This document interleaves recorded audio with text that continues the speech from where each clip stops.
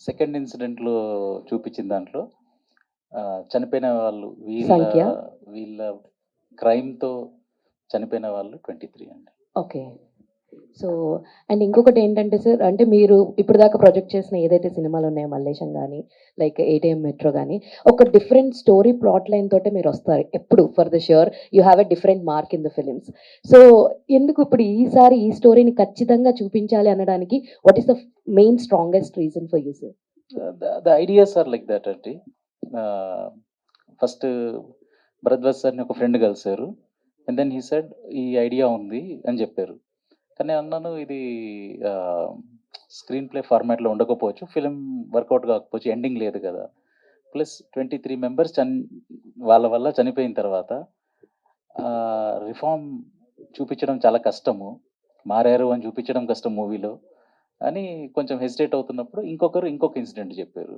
Then I thought రెండిటిని కలిపితే I think there is a story. ఆ ఐడియానే ఇంట్రెస్టింగ్ అనిపించిందండి. And then idea made me do this film. Human rights వైపు అనుకూలంగా ఉంటదండి. నేను అన్నది హ్యూమన్ రైట్స్ గురించి కాదు. హ్యూమన్ రైట్స్ ఎప్పుడో వయలేషన్ అయిపోయినాయి ఈ ఆ, 3 ఇష్యూలో కూడా. అదే వయలేషన్ అంటే హ్యూమన్ రైట్స్ తరఫు ఉంటాయి ద స్టోరీ. ఇప్పుడు ఇంతకుముందు మన భరద్వాజ గారు చెప్పినట్టు హ్యూమన్ రైట్స్ జంజం వేసుకున్న వాళ్ళ వైపు ఉంటాయా, నాన్ జంజం వైపు ఉంటాయా? ఎవరికైతే జస్టిస్ దొరకడం కష్టం ఉంటుందో అండి వాళ్ళ వైపు ఉంటుంది సినిమా. ఓవరాల్గా ఏం చెప్పదలుచుకుంటారు? అన్ఫార్చునేట్లీ క్యాస్ట్, పవర్, మనీ ఈ 3 లేని వాళ్ళకి జస్టిస్ దొరకడం కొంచెం కష్టం అండి. అది వాస్తవం. అది మూవీలో చూపింది. కారం చెడు చుండూరు అదే ఈ కారం చెడు ఇష్యూ చెప్పినప్పుడు ఇప్పుడున్న పాలకులు దాన్ని ఇది చేసింది. కారం చెడు ఇష్యూలో ఇప్పుడున్న పాలకులే. సో మీ సినిమా వాళ్ళు రిలీజ్ చేయనిస్తారా? ఆఫర్ అని ఏమైనా ఉందా? అంటే ఇప్పుడు ఫిలింలో ఒక ఉద్దేశం ఏంటంటే అండి, ఇప్పుడు అట్లీస్ట్ మిస్టేక్ చేసినప్పుడు మిస్టేక్ చేయకుండా ఉండడమే కరెక్ట్. చేసిన తర్వాత అట్లీస్ట్ చూసినప్పుడు ఇది చేసిన తప్పు అని తెలుసుకోవడము అనేదే ఒక పాయింట్ అండి. హోప్‌ఫుల్లీ ఈ అన్ని కేసులలో తప్పు చేసిన తర్వాత కూడా చేసిన వాళ్ళు తప్పు చేశామని అనుకోవడం, సొసైటీ కూడా అది తప్పు అని చెప్పడము, అన్నిట్లలో కన్సిస్టెంట్‌గా ఇది తప్పైనప్పుడు తప్పు, ఎవరి మీద తప్పు జరిగినప్పుడు అందరూ కన్సిస్టెంట్‌గా మనం సపోర్ట్ ఎవరికైతే ఈ 3 ఉండవో జస్టిస్ దాని వైపు అందరం నిలబడడం అది మన రెస్పాన్సిబిలిటీ అండి. ఇది కరెక్టే మీరు అన్నది. కానీ నా క్వశ్చన్ ఏంటంటే ఏదైతే కారం చెడు ఇష్యూలో మీరు తీసుకున్నారో ఆ కారం చెడు ఇష్యూకు సంబంధించిన మనుషుల్లో ఇప్పుడు ఒక ఎమ్మెల్యేలు, ఒక ఎంపీలు ఉన్నారు. వాళ్ళు మీ సినిమాను ఆంధ్రప్రదేశ్‌లో రిలీజ్ చేయకుండా ఆపితే మీ పరిస్థితి ఏంటి? ఇప్పుడు మన కొటేషన్ ఉన్నట్టు ఇప్పుడు జస్టిస్ అందరికీ సేమ్ లేదనడానికి ఇంకొక రీజన్ ఏంటంటే, ఇప్పుడు ఈ ఫిల్మ్ తీయడానికి మెయిన్ రీజన్ ఏంటంటే వయలెన్స్ అగెయిన్స్ట్ అండి ఫిల్మ్.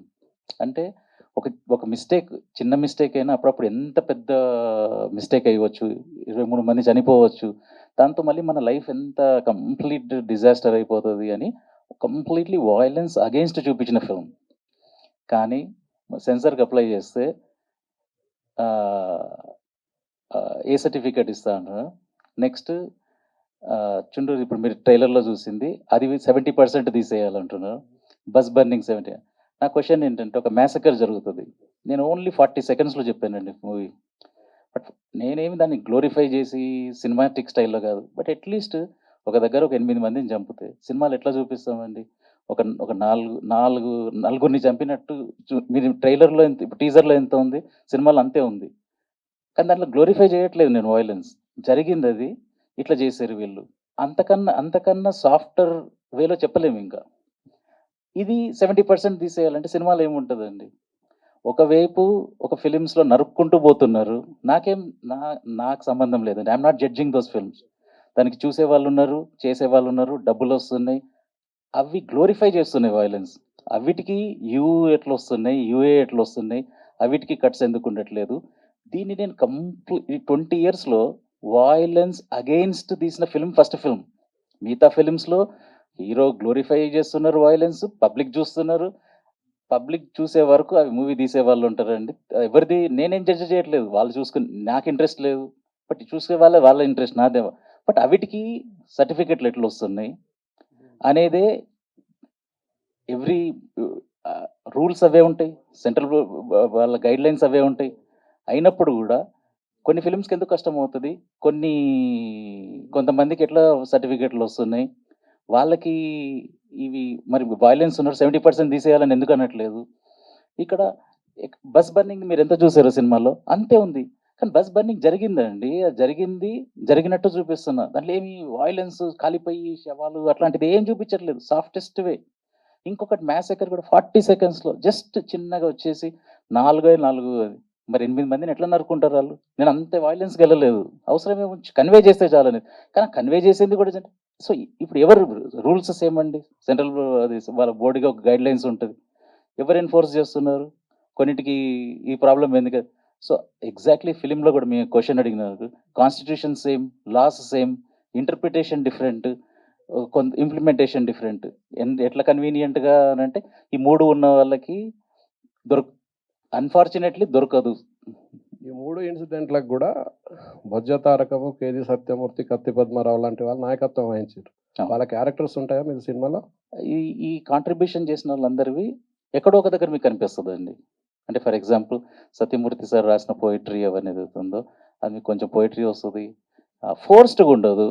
సో ఒక దగ్గర హ్యూమన్ రైట్స్ మాట్లాడుతుంటే కొంచెం ఫిక్షన్ ఉంటుందండి. అంటే ఇప్పుడు ఫర్ ఎగ్జాంపుల్ తారకం సార్ ఇంకా కత్తి పద్మారావు సార్ కలిసి ఒక దగ్గర లేరేమో, కాకపోతే కొంచెము హ్యూమన్ రైట్స్ అన్నప్పుడు ఒక 4-5 కలుస్తున్నప్పుడు మాట్లాడుకోండి, వాళ్ళు ఏం మాట్లాడుకొని ఉంటారు అనేది కొంచెం ఫిక్షన్ ఉంటుందండి. అవన్నీ అవసరం ఉన్నట్టు ఆర్గానిక్గా వస్తాయండి సినిమాలు. Thank you, all the best. Raj గారు, హాయ్ అండి. This is Rani from Telugu Sunday ma'am. So first of all a big thanks to you. So ఒక వండర్ఫుల్ పర్సన్ని అందరికీ పరిచయం చేశారు. ఆవిడ మాట్లాడుతుంటేనే అందరికీ చూడాలనిపిస్తుంది, ఇంకా వినాలనిపిస్తుంది. అండ్ బేను గారి దగ్గరికి వెళ్ళి కొన్ని రియల్ ఇన్సిడెంట్స్ గురించి తెలుసుకున్నారు, మీరు రాసుకున్నారు. సో ఆ పార్ట్ వరకు మీరు ఎంతవరకు ఎగ్జాక్ట్గా చూపించగలిగారు అంటే ఏం చెప్తారు? మ్యామ్ చెప్పినట్టు యాక్చువల్గా లోపల ఎలా ఉంటుంది, వర్క్షాప్ ఎట్లా ఉంటుంది అనేది ఆల్మోస్ట్ కన్వే చేశానండి. సో కొంతమందికి కొంచెం అక్కడ ల్యాగ్, మన ఈజీగా వాడే పదం ల్యాగ్ అనవచ్చు, బట్ అది that is the purpose of making this film. So అది చూపించాలనుకున్నా అది అట్లనే పెట్టామండి. అండ్ మన సమాజంలో చట్టం అందరికీ సమానంగా వర్తిస్తుందా అనే ఒక క్వశ్చన్ అనేది బ్యానర్లో చూపిస్తున్నారు. సో ఆ క్వశ్చన్ అనేది బేను మ్యామ్ దగ్గర నుంచి ఏమైనా ఆన్సర్ వచ్చిందా? ఎందుకంటే ఆ పరిసర ప్రాంతాల్లో చాలా దగ్గరగా చూసిన వ్యక్తి ఆవిడ కాబట్టి. అది మ్యామ్కి క్వశ్చన్ అది. అందరికీ సేమ్ జస్టిస్ ఉంటుందా అనేది మ్యామ్. బట్ నాకు మేడంతో మాట్లాడిన ఇంటర్వ్యూస్ ప్రకారంగా అయితే చాలామంది ప్రిజనర్స్కి ఎక్కడ లీగల్ ఇది ఉంటుందండి, వాళ్ళకి వాళ్ళ ఇంట్లో వాళ్ళు వచ్చి కలవడానికి ఉంటారు, వాళ్ళు నాన్ ప్రొడక్టివ్ రీసోర్స్ పీపుల్, వాళ్ళతో ఇంకా డబ్బులు ఇవ్వాలని అడుగుతారు, బెయిల్ ఇవ్వమని అంటారు. So they are not something that families also would like to be there. వాళ్ళకి సపోర్ట్ ఎక్కడి నుంచి సపోర్ట్ వస్తుంది. So lot of them rot in jail, వాళ్ళకి రీసోర్సెస్ లేక. అండ్ వ్యాస్ అండ్ గణేష్ గారి క్యారెక్టర్స్ ఎలా ఉండబోతున్నాయి ఈ సినిమాలో? వ్యాస్ది ఆల్మోస్ట్ కొంచెం సినిమా కదండి, కొంచెం దాంట్లో ఎగ్జాజరేట్ చేసి పెట్టిన character. But basic point is how someone can change అనేది. సో ఆ వ్యాస్ యాక్చువల్ ఫిలింలో ఉన్న క్యారెక్టర్ కూడా there is a change towards end, and అది సిమిలర్ అండి. బట్ ఎగ్జాక్ట్ వైలెన్స్ పార్ట్ కొంచెము లోపల దాదాలాగా ఉండడం, అది కొంచెం సినిమాకి అవసరం వచ్చినంత ఎగ్జాజరేషన్ అండి. ఆ రియాలిటీ ఉంది మ్యామ్. బట్ జైలు లోపల, బయట హీ వాస్ లైక్ దాట్, జైల్లో కొంచెం ఎక్కువ సినిమా ప్రకారంగా చూపిస్తాను. రాజు గారు, and thank you so much ma'am. నేను వెంకట్.